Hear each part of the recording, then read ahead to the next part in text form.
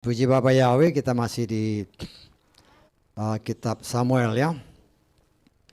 Kita sudah tahu bagaimana Absalom memberontak. Ya, setelah dia dalam 2 Samuel ya, 2 Samuel pasal ke 13 nanti saudara baca, kita lanjut ke 14 dan seterusnya ya. Nanti saudara baca semua ya, kita nggak mungkin baca satu-satu karena waktu juga. Absalom ini dia punya dendam ya terhadap kakaknya. Kakak dalam arti kata lain ibu, ya lain ibu. Dan dendam ini dia wujudkan, akhirnya dia bunuh si Amnon. Setelah dia membunuh, ya tentunya dia takut sama bapaknya kan. Akhirnya kan dia lari, ya. Kalau saudara baca di dalam kitab 2 Samuel ini, 2 Samuel 13 ya. Dia lari. Kemana dia larinya? Ya, kalau kita lihat di dalam 2 Samuel 13 ayat ke 37 ya. 2 Samuel 13 ayat 37. Bisa ya. Perhatikan ya. Sekarang saja begini, nanti kita bandingkan dengan ayat-ayat yang lain, jadi kita ngerti ya. Absalom melarikan diri dan pergi ke Talmai, anak Amihur, Raja Gesur. Daud berduka untuk anaknya sepanjang waktu. Nah, sekarang kan jadi pertanyaan, kepada siapa dia lari? Bisa tangkap? Betul nggak? Kan Raja Gesur itu. Nah, kita lihat di dalam 1 Tawarikh 3. 1 Tawarikh 3 ayat kedua.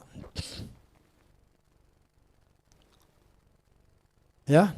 Nah, ini kita lihat ya. Perhatikan baik-baik. Tadi kan Raja Gesur ya. Yang ketiga ialah Absalom, anak Maaka, putri Talmai, Raja Gesur. Jadi siapa ini? Ini kakeknya. Bisa ditangkap? Jadi ada hubungan. Jadi dia lari ke kakeknya dari ibunya. Dari pihak si ibu. Bisa ditangkap? Karena itu dia bisa tahan di sana bertahun-tahun ya, namanya cucu kan. Datang ke tempat kakek ya dimanja lah. Dia kan dimanja sama si Dawidin juga. Dia tinggal sama kakeknya dari pihak si ibu. Nah, di sana kan dia bisa 2-3 tahun di sana. Ya. Nah, di sini kita melihat kadang-kadang memang membaca Tawarikh ya. Saya ya dulu-dulu kan baca Tawarikh itu kelihatannya waduh, itu kan daftar keturunan semua, silsilah. Nah, tapi setelah kita semakin dalam, Tawarikh itu sangat perlu. Sehingga kita bisa melihat, oh ternyata dia larinya ke kakeknya, Raja Gesur, karena ibunya itu anaknya Raja Gesur. Bisa ditangkap. Nah, sehingga dia betah di sana. Ya, dan Raja Gesur otomatis terima. Ya. Ya pastilah si Absalom ini ngomong kan, aku habis bunuh si Amnon kakakku. Loh, pasti kan bapaknya nanya, kenapa dia bunuh? Loh, dia memperkosa adikku, ya cucumu juga kan, cucunya juga kan itu. Ya tentunya pasti marah lah dia. Ya tentunya dengan tangan terbuka ya dia, oke, welcome aja. Nah, di sini kita melihat bahwa apa yang dikatakan yang merupakan nubuatan ya daripada Nabi Nathan. Kita lihat di dalam 2 Samuel 12 ayat ke-11. 2 Samuel 12 ayat 11.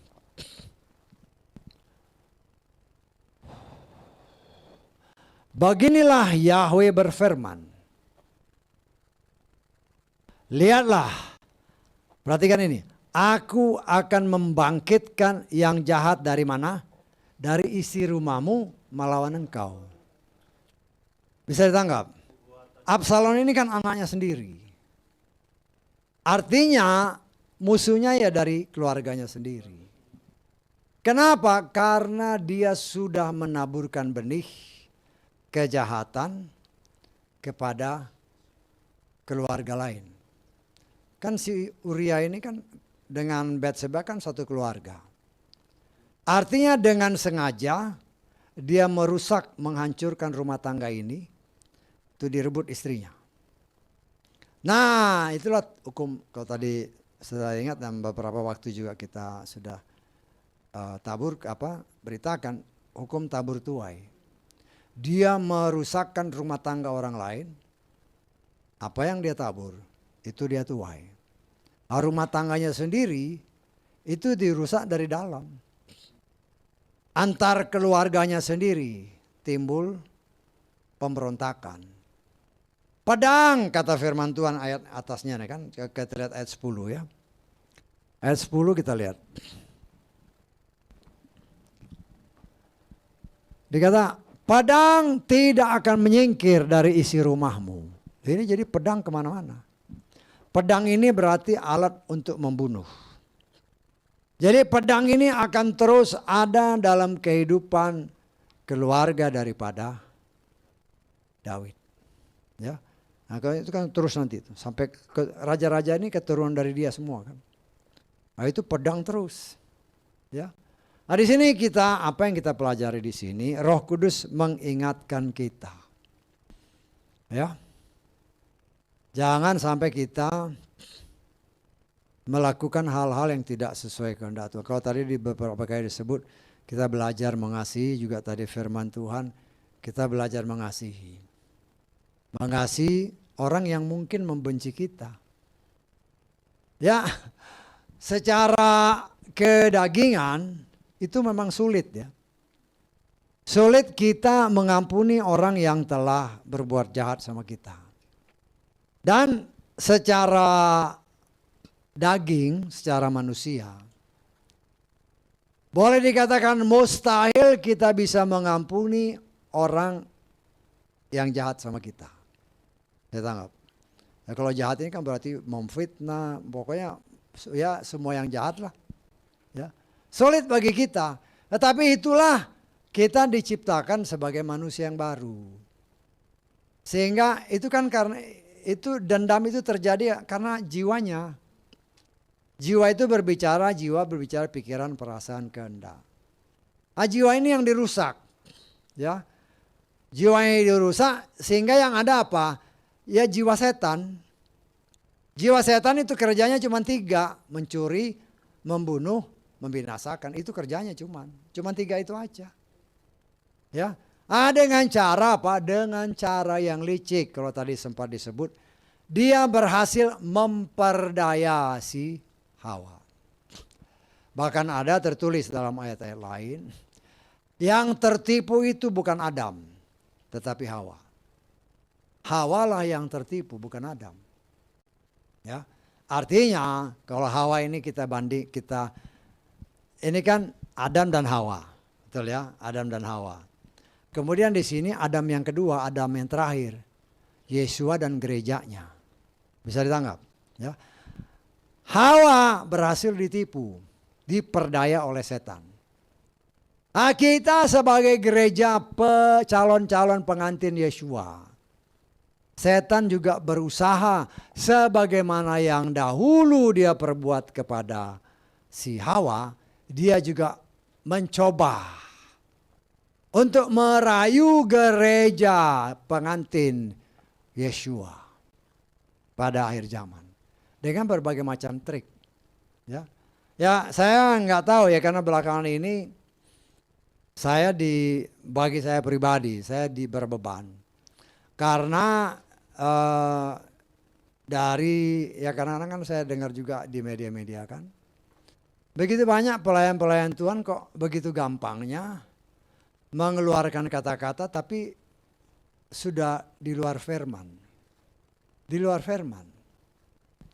Kalau seperti yang tadi diungkapkan ya, itu kan sudah di luar Torah. Jelas-jelas Yesmael itu tidak ada dalam Torah.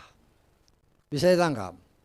Minggu lalu kan sudah dijelaskan definisi Torah, definisi dosa adalah pelanggaran terhadap Torah. Itu definisinya.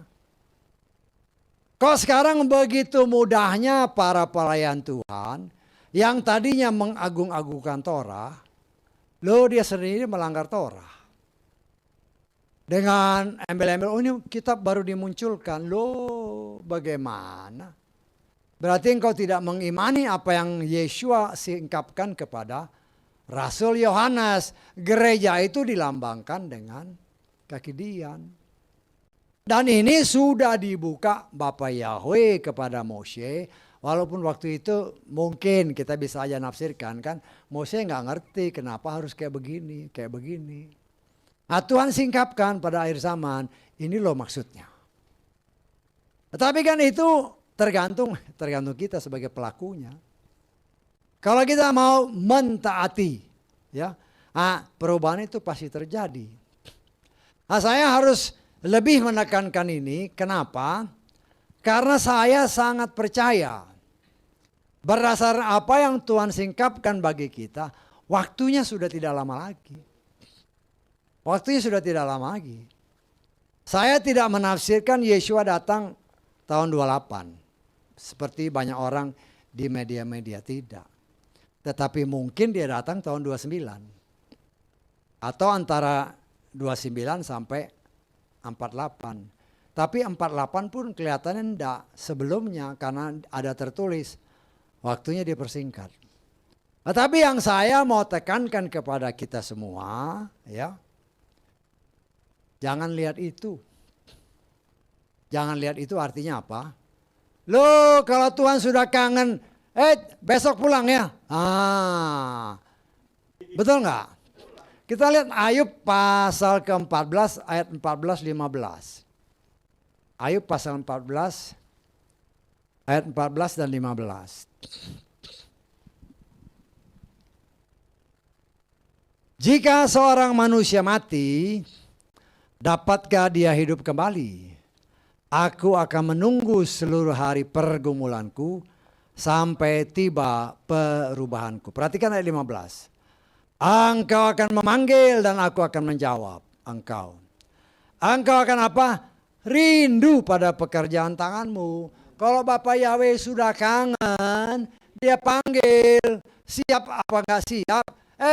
Ayo. Follow me. Iya kan? Artinya kita memang menafsirkan atau saya menafsirkan. Mungkin Yeshua berdasarkan ayat-ayat yang sudah dibuka, kemungkinan datang antara tahun 29 sampai sebelum tahun 48. Karena waktunya memang tafsirnya sampai 48 kan, tapi karena waktunya dipercepat ya sebelumnya. Bisa aja tahun 29, bisa aja tahun 30. Tetapi masalahnya kalau sebentar Bapak Yahweh sudah kangen, anakku, aku sudah kangen. Ini kan ayat nih. Aku sudah rindu. Ya jangan kelabakan kalau udah rindu. Bapak Yahweh, aku juga sudah rindu. Tapi satu hal, ampuni dosaku. Itu yang penting ya. Itu yang paling penting, ampuni dosaku. Sehingga aku layak datang dalam hadirat dia. Kalau masih ada dosa, ada tertulis. Orang berdosa jangan harap kita melihat Tuhan. Hanya orang yang suci hatinya. Orang yang kudus yang dapat melihat Tuhan. Ya, karena ada peristiwa kan. Sakit orang ini. Terus ya mungkin karena pendetanya ngelihat, gembala yang lihat, wah ini ditanya lah. Ya mungkin ditanya kali ya. Mau diserahkan aja gitu. Mau diserahkan. Waktu saya datang, doain sama pendetanya, diserahkan sama Tuhan. Ya serahin sih gak menjadi masalah ya. Yang penting diberesin dulu. Kemudian saya datang tuh saya berdoa kan. Nah, istri saya nanya kan, maunya apa? Sembuh. Loh kemarin katanya udah siap. Sekarang mintanya sembuh. Loh ini gak main-main ya. Artinya kita sebagai pelayan Tuhan, mungkin orang itu sudah sekarat ya. Tapi jangan kita langsung doakan, serahkan dia, kecuali kalau dia udah gak bisa ngapa-ngapain. Tapi kalau kita masih bisa tanya dulu, mau gak saya serahkan? Saya tangkap. Soalnya pernah kejadian, ya seorang suami memang sudah, ya menurut pandangan si pelayan Tuhan ini udah sekarat sekali kan. Nanya lah dia sama istrinya. Boleh nggak saya serahkan? Oh, marah besar istrinya. Enak aja kamu, ini masih hidup. Kok mau diserahin? Loh, hal-hal seperti ini harus kita hindari. Kita harus ada hikmat dari Tuhan. Inilah Roh Kudus yang menolong kita. Kecuali kalau dia memang sudah koma, ya. Yang sudah hopeless, yang kita tidak lagi bisa berkomunikasi dengan dia, ya mungkin ya kita berdoa di telinganya. Karena udah nggak tahu kan, berdoa di telinganya. Pertama-tama minta ampun. Ya bukan saya, saudara semua bisa aja menghadapi hal itu. Ada orang yang seperti itu memang sudah tidak bisa ditanya lagi, ya kan kita harus tanya juga keluarganya. Tanya keluarga yang boleh nggak kita serahkan. Ya. Kalau boleh baru kita serahkan. Contohnya seperti saya dengan mertua saya yang laki kan. Udah di rumah sakit. Ya. Waktu itu istri saya dari Salatiga. Saya ingat habis ngurus SIM kan, perpanjangan SIM. Terus saya datang karena istri saya bilang, "Papa di rumah sakit." Ya udah saya ke rumah sakit. Sampai di rumah sakit, bapak mertua saya, "Udah saya mau pulang." Nah, ibu mertua kan nggak mau. Ibu mertua nggak mau. Nah, terus saya telepon istri saya, "Gimana nih?" Ya, istri saya bilang, "Ya serahin aja." Nah, terus saya tanya dulu ibu mertua, kebetulan yang hadir ibu mertua sama adik ipar yang paling bungsu. Saya tanya dulu kan, boleh nggak kita serahkan? Mereka bilang ya serahin aja. Ya, kita berdoa lah, serahkan. Habis serahkan datang suster, kasih makan bubur kan. Bubur pertama masih bisa telan, serot. Bubur kedua sudah mulai susah. Bubur ketiga udah nggak bisa. Susternya udah kelabakan kan. "Pak sebentar Pak ya." Dia datang ke kamar ya ruang kerjanya mungkin. Dia ambil stetoskop kan. Dia cek. Ya, mungkin dia ragu-ragu juga kan. Ambil lagi alat yang lebih bagus gitu kan. Yang bisa kelihatan grafiknya gini kan. Ya lihat udah raw. Itu 15 menit ya. Sekitar 15 menit lah. Setelah berdoa ya Tuhan panggil. Di sini Tuhan mengajarkan kepada saudara dan saya, kalau itu terjadi, kita siap. Tetapi kita memang mengimani kan kita bisa diangkat. Pertanyaannya, siap apa enggak? Itu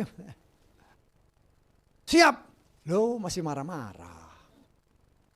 Sama tetangga marah-marah. Sama keluarga marah. Itu yang harus hati-hati. Itulah yang oleh firman Tuhan dibakar. Itulah yang namanya baptisan api ya. Orang menerjemahkan di luar ini baptisan api itu saya mengalami penderitaan. Loh kok begitu? Karena apa? Karena nggak mengerti bahwa api itu firman. Artinya firman itulah yang membersihkan jiwa kita selama kita masih hidup di muka bumi ini. Selama dalam proses penantian.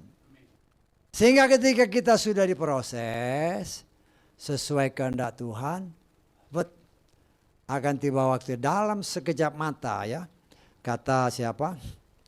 Kata si Petrus ya. Dalam sekejap mata kita akan diangkat oleh Tuhan ya. Kita lihat di dalam 1 Korintus 15 ya. Ayat 51 52. Ntar lagi ya. Lihatlah aku mengatakan sebuah misteri. Jadi Paulus ini dapat pembukaan banyak, khusus untuk gereja. Kepadamu, sesungguhnya perhatikan ayat ini. Kita tidak akan meninggal semuanya, tetapi kita semuanya akan diubah dengan seketika, dalam sekejap mata, pada sangkakala terakhir. Sebab sangkakala akan berbunyi dan orang-orang mati akan dibangkitkan dengan tubuh baka dan kita akan diubahkan. Sekejap ya. Udah hilang. Itulah yang kita imani kalau memang kita sampai ke sana. Tetapi kalau Tuhan bilang yang seperti Ayub tadi, aku udah kangen sama anakku. Ya, kita kan nggak bisa. Tapi ingat ya, kalau toh Tuhan bilang kamu harus mati, ingat Tuhan itu penuh dengan kasih sayang. Ya, Tuhan apabila Dia berkenan, maka Dia dapat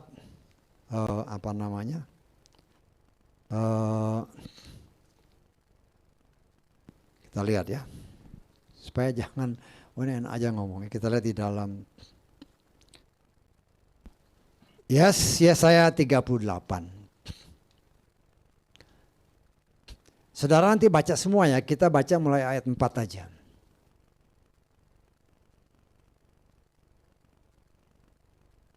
Jangan ayat 4, kita baca mulai ayat 1 lah ya, supaya ayat 4 itu jawabannya. Pada hari-hari itu Hizkia menjadi sakit hampir mati. Nabi Yesaya anak Amos datang kepadanya berkata kepadanya. Perhatikan ayat ini. Terus, beginilah Yahweh berfirman, artinya Tuhan yang ngomong. Sampaikanlah pesan kepada isi rumahmu karena engkau akan apa? Engkau akan mati dan tidak akan hidup lagi. Ini firman Tuhan ya. Tuhan bilang kamu akan mati. Kemudian dipesankannya, Hizkia membalikkan wajahnya ke tembok dan berdoa kepada Yahweh dan berkata, aku memohon kepadamu ya Yahweh, ingatlah sekarang bahwa aku telah berjalan di hadapanmu dalam kebenaran dan dengan sepenuh hati. Dan aku telah melakukan apa yang baik di matamu. Dan Hizkia meratap dengan ratapan yang amat sangat. Kemudian apa? Datanglah firman Yahweh kepada Yesaya dengan yang mengatakan, pergi dan kamu harus mengatakan kepada Hizkia, beginilah Yahweh Elohim leluhurmu Daud berfirman, aku telah mendengar doamu, aku telah melihat air matamu, lihatlah aku akan apa? Menambahkan 15 tahun pada umurmu. Artinya, kalau kita minta dengan amat sangat, karena ini kejadian dengan bapak saya. Dengan bapak saya tahun 70-an lah. Ya, dia jalan kan sama kakak saya, sama ya beberapa adik-adik lah. Keliling Pulau Jawa naik mobil. Ya. Sampai di daerah Cirebon. Ya, saya pernah saksikan ini. Sampai di daerah Cirebon, kan udah malam soalnya, jalannya kan bukan kayak sekarang. Dulu kan dari sini ke Cirebon bisa 4-5 jam. Ya. Sampai di Cirebon ya istirahatlah di hotel kan. Di hotel. Tidur kan. Tapi kakak saya ini si Pak David kan. Dia lihat bapaknya ini gak tidur. Keluar kamar. Itu berjalan keliling aja kamar. Sampai pagi. Dia gak masuk. Paginya ditanya sama kakak saya. Pi, kenapa semalam gak tidur? Kok jalan-jalan aja? Nah inilah yang terjadi. Dia bilang begini. Papi itu harusnya mati semalam. Tetapi oleh kemurahan Tuhan, Tuhan bilang umur papi ditambah 15 tahun. Dan waktu bapak saya meninggal, terus saya ngomong sama kakak saya, ingat gak? Dia kaget, oh iya benar, itu memang 15 tahun yang lalu.